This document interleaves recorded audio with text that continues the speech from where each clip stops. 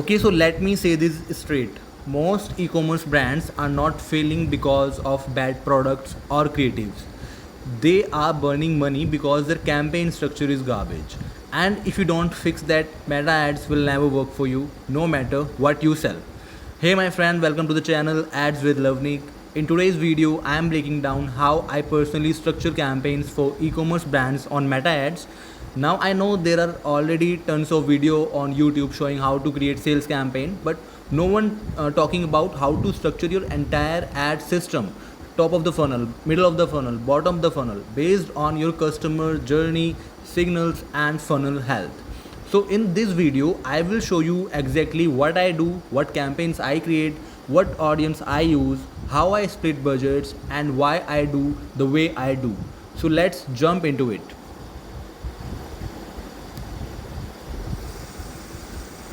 Alright, so before creating any structure, the first thing we need to understand is the meta ads funnel, or simply the journey your customer goes through. So we have got three stages here, which is awareness, consideration and the purchase. And you can also see top of the funnel, middle of the funnel, bottom of the funnel. And some people also call them tofu, mofu and bofu. Sounds like a Netflix comedy special, but it is real stuff. Let me break it down simply. So for the first one, TOF, which stands for top of funnel, this is your awareness stage. These people don't know your brand exists. They have never seen your products. So here we are going after the cold audience. So basically they are scrolling Instagram or Facebook and boom, our ad shows up. Now in the second stage, which is consideration, which is middle of the funnel. So what we do in the middle of the funnel is, this is a warm stage. These people have seen our ad, maybe liked it, watched a video, saved a post. They know you. They know you now. So basically, but they haven't clicked through our website yet. And then there comes the purchase funnel, which is the bottom of the funnel. And this is where the gold is. There are people who not only know your brand but also visited your website, added a product to their cart and maybe even initiated a few checkouts. This is the hot audience and where you will see your best ROAS. So once you have nailed this understanding, we will move on the campaigns we run at each level. So I hope this thing is clear for everyone. What is the top of the funnel and middle of the funnel and bottom of the funnel, and how the funnel works. So now let's talk about the top of the funnel. So this is where we bring people into the funnel. They don't know us yet, so we have got to go broad but smart. Now for targeting, I usually go with here you can see I have mentioned the targeting here. So basically for top of the funnel campaigns, my go-to targeting is interest based targeting, and then there is lookalikes based on past customers or Shopify purchase data, and then there is a broad targeting, yes, no targeting at all, just age, location and gender, which is works nowadays very well as well for some of the businesses, and so it is good to give it a try. And of course advantage plus audiences. But one thing you cannot miss here for your top of the funnel campaigns is advantage plus shopping campaigns.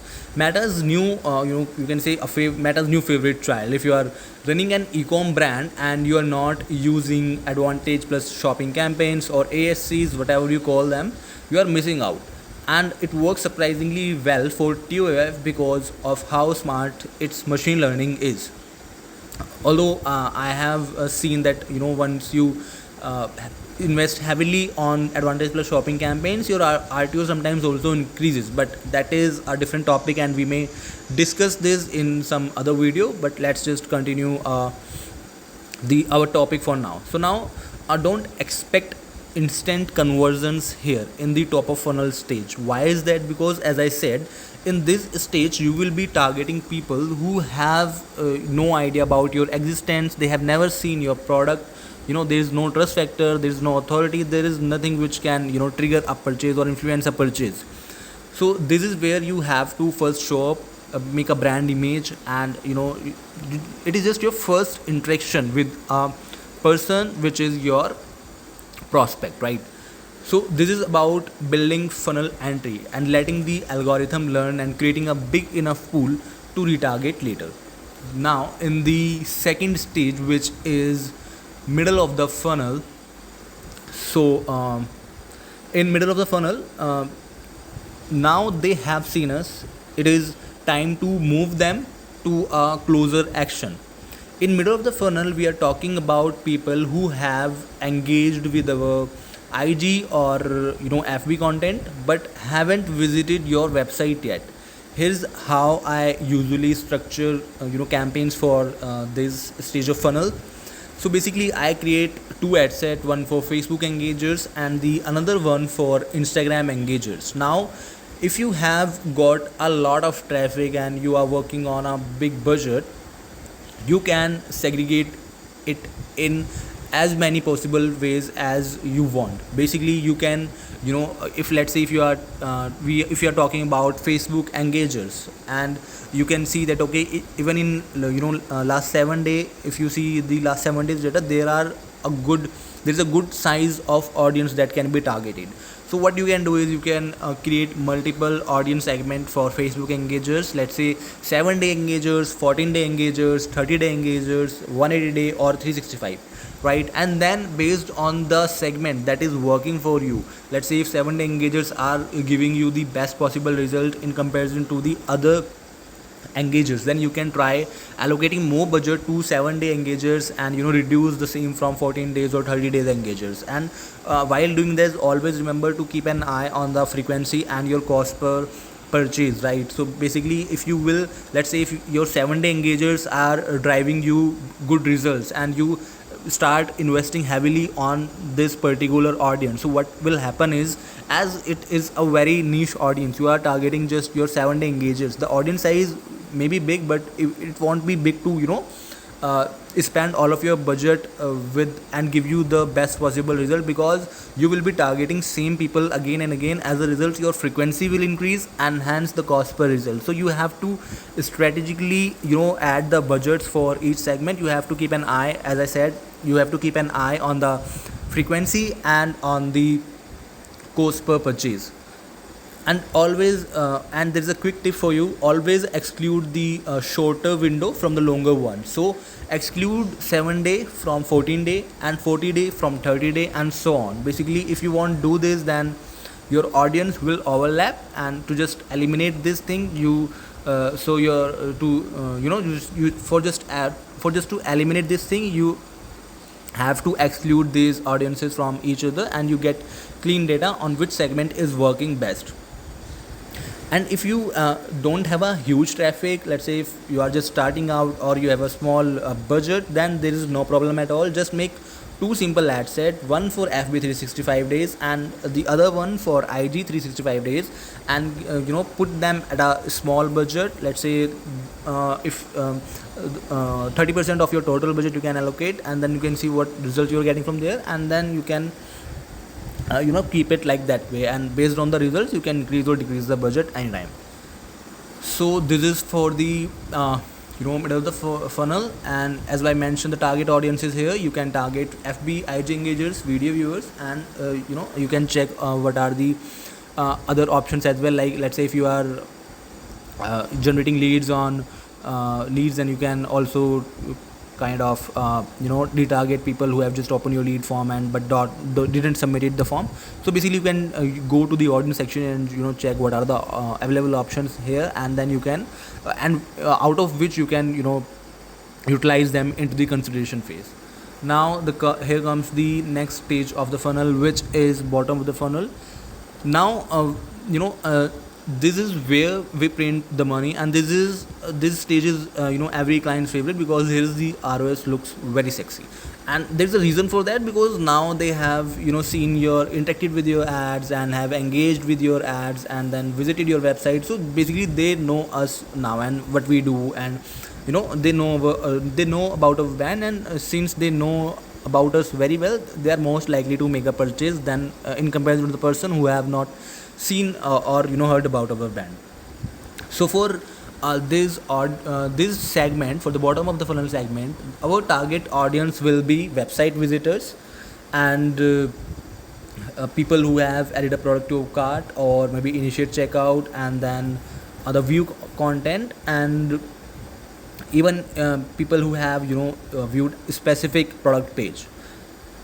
But I will say this, and I will say it in every client call: don't throw all your budget here because it gives the best ROAS. Because as I just mentioned, because BOF only works if TOF and MOF are sending traffic down the pipe. So if there will be no TOF, no BOF period, now depending on how much traffic you have, you can or and one more thing, let's say if you allocate the maximum budget at the bottom of the funnel, again you will not have your audience size will not increase in the bottom of the funnel, right? Because there is no top of the funnel. So basically you have to segregate the budgets very strategically, and we will come to the budget part in the coming part of this video. Now depending on how much traffic you have, you can create one ad set for all website visitor of the last 180 days, or split into smaller chunks, for example 3 days, 7 days, 14 days, 30 days, etc. So this you have to kind of figure it out. Let's say if you create a custom audience of people who have visited your website in last 3 days, right? So if you see the audience size is good, it is above 1,000, then you can create a separate segment for 3 days, 3 days people who have visited your website in last 3 days. But if it is very small and not targetable, then you don't have to create a separate audience for it, because it won't give you any results. It will just you will just end up showing same ad to the same people again and again, and which will just increase your frequency and hence the cost per purchase or whatever your goal is. If it is if it is add to cart you're optimizing for, then your cost per add to cart will increase, which we don't want at the bottom of the funnel stage, because we want the least amount of cost per purchase in the bottom of the funnel, right? So you have to take a look at it. If the audience size is good, then you can break into smaller chunks, and if it is not good, you are just starting out, it is a new brand, or you are spending a very less budget, let's say 2,000 3,000 daily, then you don't have to segregate that much. You just need to create, you can just create people who have visited your add to cart in last 180 days and create it and say it as a BOF campaign, and you will receive good results from that as well. Same for add to cart and initiate checkouts, but always exclude each audience from the other. If someone added to cart, remove them from the website visitor, again to avoid overlap, as we did for the middle of the funnel section. Now you know what the stages of the funnel is, what campaigns you can use, what audience you can target in each of the funnel. Now let's talk about the most important part, which is the creative that you can utilize in each of the funnel stage, right? So here, as you can see, in top of funnel you need thumb stoppers. I am talking about UGC ads, influencer content, founder-led reels, or story based creatives, something that grabs attention and build interest. This is not the place for hard selling. We are educating or entertaining here, or just it is a first handshake, you can say. So basically you are telling them about yourself, what are you, what you do, or what is your expertise, what is your trust factor, what is your USP. So we are building all of this stuff in the TOF stage. Now in the middle of the funnel campaigns, these people are aware of you now, okay? And so what I usually do in the middle of the funnel stage is I show the best performing products here, highlight value proposition, maybe even run a retargeting ad showing what people love from the brand. Think of it like this: if it is a jewelry brand and TOF ad didn't connect, now I show them our top sellers.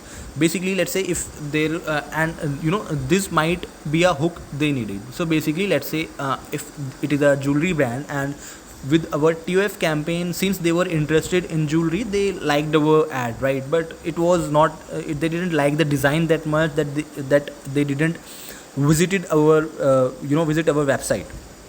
Now but we are targeting in the middle of the funnel stage, because since they have liked it, which shows that they are interested in jewelry, right? So now in the middle of the funnel stage, what we are doing is we are showing them our best sellers, right? That so basically what it does is, we know that they are interested in jewelry, but maybe they didn't like the design we showed them in the TF stage. But now in the middle of the funnel stage, we have showed them our best sellers. Then the chances of chances of them converting increases in the middle of the funnel stage. And you can follow this same approach, because this has delivered me good results every time, and this is what I do, which I have just revealed for all of you. Okay, and then you can also do this and just let me know in the comments if this helped you or not.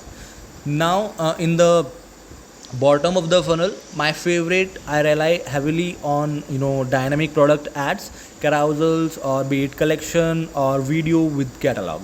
Because by video with catalog, I mean like using a video ad and then enabling the catalog enhancement feature from the enhancement settings. So you can also do that. Because why I do this, why I use the DPA in the bottom of the funnel stage is because I believe nothing perform better than showing the exact product someone viewed on our site. The intent is already there, we just nudge them to convert. Because think about it, let's say if you go to a website and you have seen a product on the website or added the product to the cart, and if you see the same product while scrolling your Instagram feed or Facebook feed, so it will stop you from scrolling, because it will show you something that you have already showed interest in. So that's why I use heavily DPAs in the bottom of the funnel stage, and this is what always work for me. And I would suggest you as well, let's say if it is a BOF campaign, I would suggest you to instead of using a video ad or image ad, you can also use DPAs, and trust me, it will work well for you. Now we have discussed the the ads part also, and now let's come to the most strategic part, which is how you will be segregating budget under the each stage. Okay, so basically now this varies from business to business, depending on your average order value, your goal, and how much traffic you already have. But I will give you a general starting point. So if you see here, for TOF I have allocated 50% of my total budget. For middle of the funnel campaigns, I have allocated 30% of my total budget, and for bottom of the funnel campaigns, I have allocated 20% of my total budget. Now from this you can understand that okay, every time, no matter for which business or whatever the client it is, your ratios will be in same order. You will spend the maximum amount in your TOF stage, and then in middle of the funnel stage, and the least amount in the bottom of the funnel stage, right? Why? Because if you don't put enough into the top of the funnel stage, your funnel won't stay alive.